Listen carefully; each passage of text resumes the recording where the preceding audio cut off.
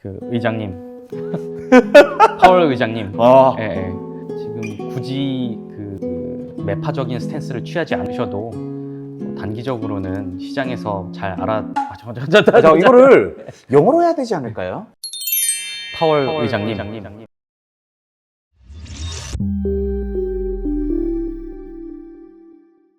네, 안녕하세요. 알고팍스 MC 코딩이 개그맨 신흥재입니다. 반갑습니다. 네, 안녕하세요. 고팍스 결입니다. 반갑습니다. 반갑습니다.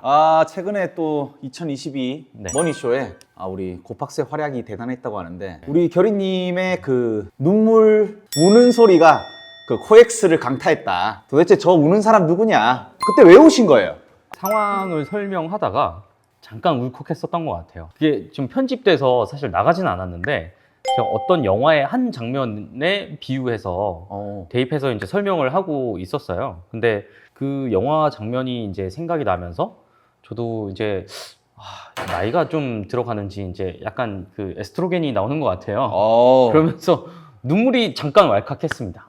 네, 근데 그때 상황과 그 영화에서의 묘사 장면이 오버랩하면서 좀 눈물이 저도 모르게 좀 났던 것 같아요.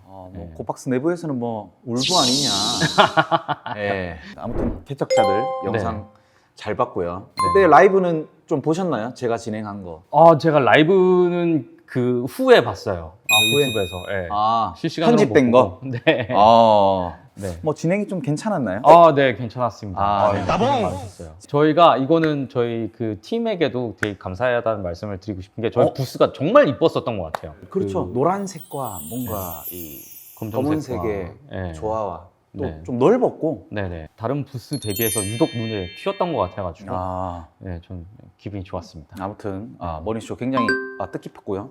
고생 많으셨습니다. 아닙니다. 저도 굉장히 좋은 시간이었고 오늘 일단은 또 이렇게 저희가 스튜디오에 나온 이유는 이제 6월 아니에요. 네네. 네. 6월이니까 이제 상반기가 지나가고 네. 앞으로 이제 후반기가 이제 다가오는데 네네. 자, 2022년 가상자산 시장의 중간 체크 및 이 또 전망을 또 해봐야 되지 않을까요? 네네네. 네. 저희가 올해 초에 한 2월 달에 아마 영상 업로드 됐었던 것 같은데 2022년 5가지 키워드 촬영하고 그다음에 대충 이제 올해 어떻게 흘러갈 것인지 한번 예측 아닌 예측 전망을 한번 해봤었는데 중간 점검 차원에서 한번 그 고객 여러분들께 고객님들께 한번 말씀드리는 것도 좋을 것 같아요. 그때 예측한 것 중에 좀 몇 개가 맞았나요? 몇 개는 들어맞은 것 같아요. 네. 확률이 어느 정도 되죠, 그럼 예측이? 뭐 대충 한 2.5개 정도라고 하면 50%인가요? 50%는 그래도 맞춘 거네요. 네, 일단 지금 한 해가 다 가진 않았으니까 앞으로 어떻게 될지는 모르겠는데 그때 저희가 예상을 했었던 게 이제 5가지 키워드를 그때 말씀드렸었는데 그렇죠. 그 중에 이제 하나가 NFT, 그다음에 두 번째가 DAO. 이 두 개가 이제 그 굉장히 융성해질 것 같다. 계속 지속해서 이거 말씀드렸었고 세 번째가 규제와 스테이블 코인. 이거는 좀 이슈가 있죠, 최근에. 그렇죠. 네 번째가 이더리움과 기타 레이어 1 블록체인들의 경쟁이었었고 다섯 번째가 이제 거시경제 상황의 변화. 그리고 겨울의 재도래 가능성 이었었어요. 네네네. 근데 여기에서 뭐 다는 아니지만 얼추 조금 맞을 것 같기는 하고 특히나 이제 마지막 그 영상 말미에 보시면 나오겠지만 손가락 이렇게 해야 되나요? 여기 영상 링크 한번 봐보시면은 이쪽인가요? 이쪽 영상 링크 한번 봐보시면은 그 영상 말미에 상고하저의 모습을 보일 것 같다.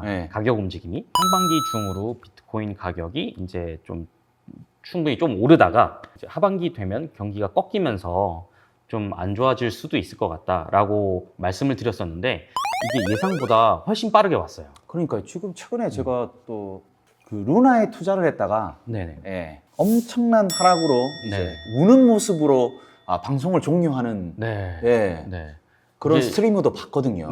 이게 굉장히 사실 심각한 이슈이긴 하죠. 그러니까 손해를 보신 분들이 워낙에 또 많고 너무 가격 하락이 급격했었기 때문에 좀 시장 전반적으로 엄청나게 큰 영향을 미쳤었고 이런 부분은 이제 어떻게 보면 예상하지 못했었던 시장의 충격이라고 볼 수 있을 것 같아요. 개인 투자자분들 뿐만 아니고 이제 뭐 트레이딩 업체들 뭐 하시는 분들도 굉장히 좀 로스가 굉장히 많이 있었던 것 같고요. 네네. 이게 그 한 7월 가시기 전까지는 조금 더 높은 위치에 있지 않을까 이건 생각을 또 했었는데 생각을 네, 했었는데 생각을 했었는데 일련의 그 일들로 인해서 지금은 오히려 예상과 달리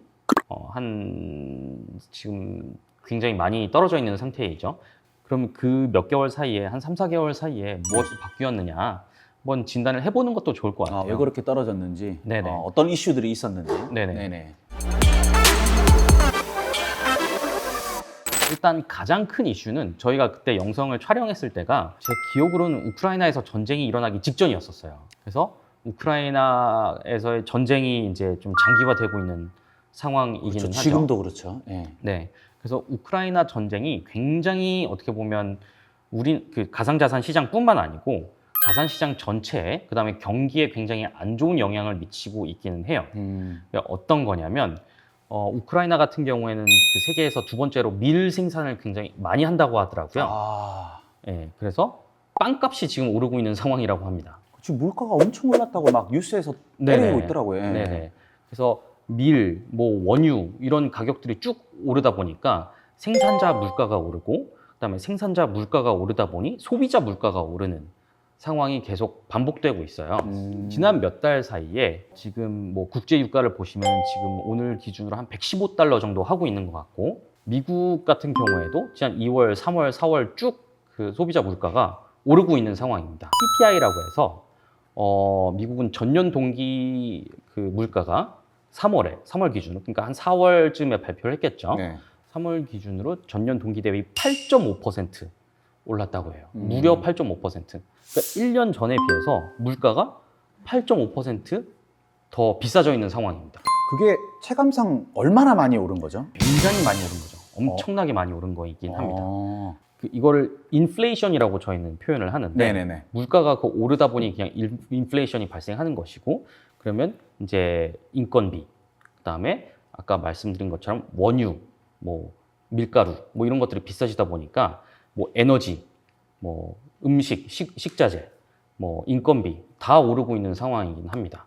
그래서 우리나라도 미국 못지않게 미국만큼은 아니지만 급격하게 오르고 있는 상황이긴 해요. 지금 우리나라 같은 경우에는 소비자 물가 지수가 지금 4.8% 수준이거든요. 그동안 지난 한 10년 동안 저물가가 이슈가 됐었어요. 우리나라뿐만 아니고 글로벌리. 최근까지. 네네. 그래서 우리 그 알고팍스 초창기에 보면은 저희가 리먼 사태 얘기를 했었잖아요. 그렇죠. 그때 이후로 돈을 많이 뿌렸는데도 불구하고 부동산 가격이 오르고 주가가 올랐음에도 불구하고 물가는 오르지 않았었거든요. 그래서 그때 벼락거지가 됐었다고 다들 말씀드렸었잖아요. 그런데 이 저물가의 상태가 쭉 이어지다가 재작년 3월에 코로나로 인해서 정말 훨씬 더 많은 돈을 찍어냈고 이게 이제서야 올해 초부터 물가 오르는 데 작용하고 있다고 보여집니다. 그래서 지금 물가가 오르는데 거기에 더해서 전쟁이 터지다 보니까 원유 공급이 원활하지 않고 왜냐하면 러시아가 원유 그 세계 최대 생산국 중에 하나거든요. 네네. 그런데 러시아산 원유 수입도 이제 금지하겠다. 이런 이야기가 나오고 있어요. 그래서 원유도 이제 가격이 뛰고 있고 우크라이나는 밀을 수출하는 나라인데 밀도 수출이 원활해지지 않고 있고 한국과 봉쇄되어서 제가 밀맥주를 좋아하는데 큰일이네요. 네네. 그러다 보니까 물가는 계속 오르고 있습니다. 마찬가지로 코로나 때문에 그 미국 같은 곳에서는 사람 구하기가 굉장히 어렵다고 하더라고요. 그래서 인건비도 동시에 또 올라가 있고 그러다 보니 미국은 8.5%라는 굉장히 높은 거의 우리나라 2배네요. 그렇죠. 네. 약간 뭐 2배라고 볼 수는 없어요. 좀 그게 상대적인 거라. 인플레이션을 그 측정하는 그 방법에 약간 차이가 있어서 2배라고 보기는 어려운데 어쨌든 그 미국은 8.5%라는 어마무시한 속도로 인플레이션이 발생하고 있습니다. 그러다 보니까 기준금리를 이제 계속 올리기 시작했거든요. 미국 같은 경우에는 보통은 0.25%씩 올려요. 미국 같은 경우에는 일반적인 상황에서 주기가 어느 정도 되는 건가요? 0.25 올리는. 우리나라도 이제는 비슷하긴 한데 미국에선 페드에서 그 연방준비위원회 거기에서 1년에 8번 회의를 합니다. 거기에서 매 회의 때마다 올리겠다, 동결하겠다, 뭐 내리겠다 이런 결정을 합니다. 보통은 기준금리가 레인지로 얘기를 합니다. 0%에서 0.25% 아니면 1%에서 1.25%이 사이로 기준금리를 정하겠다라고 이야기를 하는데 그리고 이 레인지를 0.25%씩 옮기는 거예요. 그런데 현재 연준이 경기를 판단했을 때 물가가 너무 지나치게 빠르게 오르고 있으니 50bp씩 올리기로 한 거예요. 0.5%씩. 예, 그래서 지난달에 5월에 네네, 네. 5월에 0.5% 올렸어요. 그래서 이거는 굉장히 큰 부담이라고 볼 수 있을 것 같아요. 0.5% 올려서 현재 1%에서 1.25%로 기준금리를 정한 상태이기는 합니다.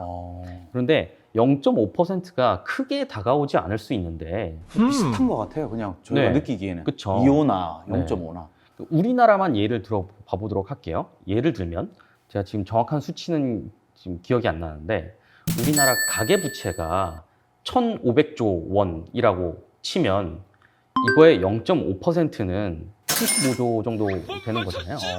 우리 다 빚이 있잖아요. 저도 빚이 있고 흥진님 그렇죠. 네, 빚이 네, 있으실 전세 텐데 자금 대출에 네네. 저만 하더라도 전세 자금 네. 그 대출 받고 있는데 지금 3.5%. 근데 3.5를 내고 있는데 갑자기 이제 3%가 넘게 되는 거죠. 저 같은 경우에는. 엄청 크죠. 예. 근데 이렇게 되면 향후에 경기가 침체될 수 있습니다. 왜냐하면 그렇죠. 여기에다 소비- 돈이 있으니까. 네네. 네. 소비를 해야 될 돈이 그냥 은행 이자 내는데 가는 거예요. 그러다 보니까 경기가 침체될 수 있고, 근데 동시에 물가는 오르고 있고, 이 현상을 스태그플레이션이라고 합니다. 예, 경기 침체와 인플레이션이 동시에 오는. 그래서 이거가 최악이거든요. 그럼 지금 후반기는 굉장히 네. 어둡다고 봐야 되나요? 지금 이 상황을 네. 저는 연초에 우리 얘기했을 때 내년쯤에 오지 않을까라고 생각을 했었거든요. 왜냐하면 경기가 이렇게 가파르게 나빠질 거라고는 생각을 못 했었어요. 그러니까 인플레이션이 오기는 오되 이렇게 급격하게 올 거라고는 생각을 못 해서 이게 연준에서 약간씩 조치를 취하게 되면 조금씩 그 상황 타개를 위해서 추가적인 조치를 내놓고 이제 경기가 나빠지더라도 좀 스무스하게 나빠지도록 해야 되는데 물가가 너무 급격하게 오르다 보니까 연준의 입장에서도 급격하게 금리를 인상할 수밖에 없었어요. 네. 그래서 50bp 올린 상황입니다. 한국도 마찬가지예요. 이번에 새로운 그 한국은행 총재님이 취임을 하셨는데 바뀌었어요. 이거. 예. 그 전에 회의 때는 총재님 안 계시고 그냥 회의를 해서 기준금리를 0.25% 올렸어요. 우리나라도. 근데 지금 2달 연속으로 올렸습니다. 2호 올린 거네요? 네. 0.5가 올라간 거네요? 네네. 우리나라도 마찬가지로 2달 연속으로, 2번 연속으로 이렇게 기준금리를 올린 게 15년 만이래요. 이야. 네. 15년 전이 뭐였었죠? 15년 전이면 네. 2007년이네요. 그쵸. 네. 리먼 때입니다. 데자뷰인가요, 지금? 데자뷰인 상황이에요. 네. 리먼 망하고 나서 리먼 때문에 이제 사태가 그렇게 급격하게 안 좋아지고 나서 기준금리를 쭉 내린 다음에 바로 또 이제 너무 돈이 많이 풀리다 보니까 금리를 올렸었거든요. 이제 그게 15년 만이라고 하더라고요. 지금 어떻게 대처를 해야 되죠? 만약에 진짜 그게 온다 치면. 그 위험 자산에 대한 투자를 하지 않는 게 좋을 것 같다라는 그 인식이 투자 심리가 악화되었다라고 저희는 표현을 하는데 위험 자산은 이제 좀 건드리지 않는 것이 좋을 것 같다. 그래서 비트코인 가격이 쭉 빠졌습니다. 그러니까 거시 경제 상황이 현재 투자를 하기에 좋은 환경은 아니다라고 보시면 될 것 같습니다. 지금 경제 상황이 이제 코인을 투자하기에는 적합하지 않다. 코인이라기보다 그냥 위험 자산. 위험 자산. 위험 자산이라고 하면 일반적으로 변동폭이 큰 자산이에요. 또는 경기에 굉장히 민감하게 반응하는 자산. 코인이 근데 딱 그렇죠. 그렇죠. 네, 변동성이 굉장히 높고 핫머니가 많다 보니까 빠르게 왔다 갔다 하고 방향을 쉽게 바꾸고 코인이 하다 보니 더 떨어질 수도 있단 말인가요? 가능성이 없지는 않습니다. 네. 왜냐하면 지금 이제 6월 막 들어왔는데 앞으로는 어떻게 될지는 한번 보긴 해야 되겠지만 현재로서는 그렇게 좋아 보이진 않아요. 왜냐하면 다들 위험하다 이야기하고 있고 뒤에서 다시 한번 말씀드리겠지만 페드의 입장에 따라서 전 세계 통화량에 굉장히 중요한 그 영향을 미치기 때문에 페드의 입장에 따라서 조금 달라질 수는 있을 것 같아요. 그래서 페드 의장인 현재 제롬 파월 의장의 입에 따라서 지금 미국 같은 경우에는 주식이 왔다 갔다 하고 있습니다. 나스닥 같은 경우에만 하더라도 예전에 뭐 1% 오르거나 내리면 와 크게 움직였다 싶은데 요즘은 3, 4%는 흔한 것 같아요. 네, 정책의 방향성이 어떻게 결정되느냐에 따라서 좀 크게 왔다 갔다 하고 있습니다. 거시경제가 이런 상황인데 지금 여기에 이제 루나 테라 건이 터졌어요. 그러니까 기사도 봤거든요. 코팍스에서 루나 상폐됐다. 네네. 그게 좀 빨리 네네. 코팍스에서는 결정을 내린 건가요? 예예. 저희가 어떻게 보면 좀 빠르게 결정을 내렸는데 그거 구체적인 이유는 네. 뭔가요? 이게 사실 거래소마다 좀 다르게 이 사태를 좀 뭐라고 하죠? 좀 핸들한 것 같아요. 네. 근데 이것도 충분히 그럴 수 있겠다는 생각은 들어요. 이제 왜냐하면 거래소마다 좀 어떻게 보면 좀 철학이 다를 수는 있고 그렇죠. 그런데 저희 같은 경우에는 루나 테라 홀더 분들도 있지만 지금 이용자를 보호한다는 측면에서 방점을 어디에 찍느냐가 굉장히 중요할 것 같긴 하거든요. 그래서 홀더를 보호할 것이냐, 지금 현재 루나 테라를 보유하고 계시는 분들을 보호할 것이냐, 아니면 저희 고팍스 현재 회원이 한 87만 명 정도 되시는데 이 분들을 보호할 것이냐, 잠재적 투자자를 보호할 것이냐, 현재 투자한 사람을 보호할 네. 것이냐. 네네. 이 차이에서 사실 늘 갈등은 있거든요. 저희도 그 자산을 모니터링 할 때 네. 이건 문제가 될 수도 있다? 아니다. 뭐 늘 있잖아요. 그럼 누구를 보호할 것이냐에 대한 방점이 찍혀야 돼요. 그런데 뭐 타사는 제가 말씀드리긴 좀 어렵지만 저희는 잠재적 투자자를 보호하자라는 쪽으로 결정이 왔었어요. 그래서 여기에 방점이 찍혀 있으니 빠르게 조치를 취해야 될 것이다 라고 해서 저희는 그 입출금도 미리 이제 닫았었고 그리고 그 바로 상장위원회에서 상장 폐지하기로 결정을 했었습니다. 네네. 그러니까 좀 빨리 되게 됐더라고요. 네네. 기사도 되게 빨리 접했어요. 고팍사 제일 먼저 했나요? 네, 저희가 제일 먼저 했었습니다. 네. 거시경제 상황이 안 좋은 상황에서 루나 테라가 공격을 받고 결국은 가치가 끝없이 하락하는 상황이 발생하다 보니 가상자산 시장 전반에 대한 그 신뢰라고 해야 되나요? 그렇죠. 믿음이 좀 깨졌죠, 많이. 네. 예. 투자 심리가 더 추가적으로 악화되었었던 것 같아요. 그러다 보니 이제 비트코인 가격도 전반적으로 좀 떨어졌고 그래서 많이 지금은 시장이 죽어 있는 상태이긴 하죠. 그러니까 궁금한 게 더 네. 떨어지면 네. 얼마까지 떨어질 수 있는지. 그거는 사실 예단하기는 힘들어요. 지금 보면 언론에서 좀 이렇게 평가를 하시는 분들 보면은 뭐 한 1,000만 원까지 떨어질 수 있다. 오이고, 야, 그러면 네, 큰일인데. 네네. 네. 이렇게 말씀하시는 분들도 계시고 아, 그런데 이제 며칠 전에 JP 모건 리포트를 보니까 네. 적정 가격은 38,000달러 수준이다. 음. 예, 그래서 어디가 바닥이다라고 얘기하기는 굉장히 어려운 게 지금이 어쩌면 변곡점일 수 있어요. 아까 말씀드린 것처럼 뭐 제롬 파월 연준 의장의 의지에 따라서 어떻게 좀 흘러갈 수도 있고 좀 안 좋아질 수도 있고. 제롬 파월님한테 한번 네. 메시지 한번 보내주죠. 그 사람 말에 이렇게 좌지우지 되는 거면 네. 이 작은 메시지라도 이렇게 막 쏘아줘야 네. 뭐 한마디라도 들을 거 아니에요. 한번. 네. 그럴까요? 제롬 파월님. 제가 감히 그 의장님 파월 의장님 예, 예. 지금 굳이 그 매파적인 스탠스를 취하지 않으셔도 단기적으로는 시장에서 잘 자, 이거를 영어로 해야 되지 않을까요? 영어로 가능하지 않나요? 번역으로 한다. 한국말로 네. 해주시고 네. 네. 번역도 좀 보내주세요. 좀 아, 어려운 네네. 말들이 많아서 네. 네네. 다시 한번 네. 네. 파월 의장님 그 지금 매파적인 스탠스 비둘기파적인 스탠스 오락가락 하시는 것 같은데 방향을 정해 주시고 좀 빅스텝이 됐든 스몰 스텝이 됐든 그 확실하게 시장에 시그널을 주시면 저희도 마찬가지로 시장에서 알아서 잘 판단해서 투자 계획을 세울 수 있을 것 같습니다. 부디 좋은 결정, 좋은 그 인터뷰, 좋은 구두 시그널 보내주시면 감사하겠습니다. 제롬 파월님, 이 영상 보시면 빠른 답변으로 영상 좀 보내주시면 감사드리겠습니다. 구독, 좋아요 눌러주시면 감사드리고요. 네. 뭐 제롬 파월이 구독하면 네네. 알고박사가 또 네. 급상승할 수 있는 기회가 되지 않을까. 네네. 2022년도에 남은 7, 8, 9, 10, 11, 12 네네. 네네 궁금하거든요. 네네. 그럼 앞으로 어떻게 될 것이냐? 그냥 굳이 가격적인 측면 아니더라도 제가 그냥 생각이 되는 내용들 쭉 한번 말씀을 드리자면 확률이 그래도 50% 되니까. 네. 네네네. 새겨 듣겠습니다. 네. 네.